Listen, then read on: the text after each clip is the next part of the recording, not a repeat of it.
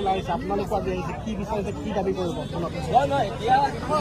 কোনো কথা এইবিলাক নাই এইটো ট্ৰাইবেল বেল্টৰ মাটি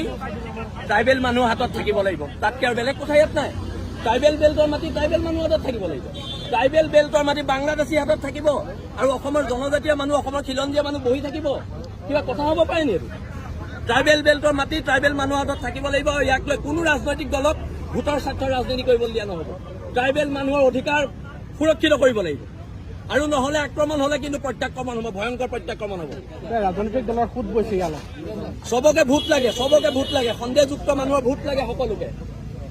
কিন্তু ইয়াত জনজাতীয় মানুহৰ সুৰক্ষাৰ কথা কোনটো ৰাজনৈতিক দলে কৈছে আপোনালোকে আমাক কওক আৰক্ষী এতিয়া ফেচবুকত কিবা এখন ফটো ওলাই কৈছে যে ইমান নিষ্ঠুৰ হৈছে এতিয়া কথাটো কৈছো সেইসকল মানুহে ফেচবুকত ফটো দি আছে যেতিয়া 16জন নে 18জনকে আৰক্ষী মাৰিছিলে তেতিয়া আপোনালোকৰ ফটোকেইখন ক'ত গৈছিলে তাকটো আমাৰ প্ৰশ্ন আছে অসম পুলিচে ইয়াত মাৰ খাব বাংলাদেশী হাতত হ'ব পাৰে নেকি আমি হ'ব নিদিওঁ আৰু যদি পুলিচে নোৱাৰে জনজাতীয় মানুহ অসমৰ খিলঞ্জীয়া মানুহক খালী কৰিব মুখ্যমন্ত্ৰী ডিজিপিয়ে তৃতীয় শক্তিৰ কথা কৈছে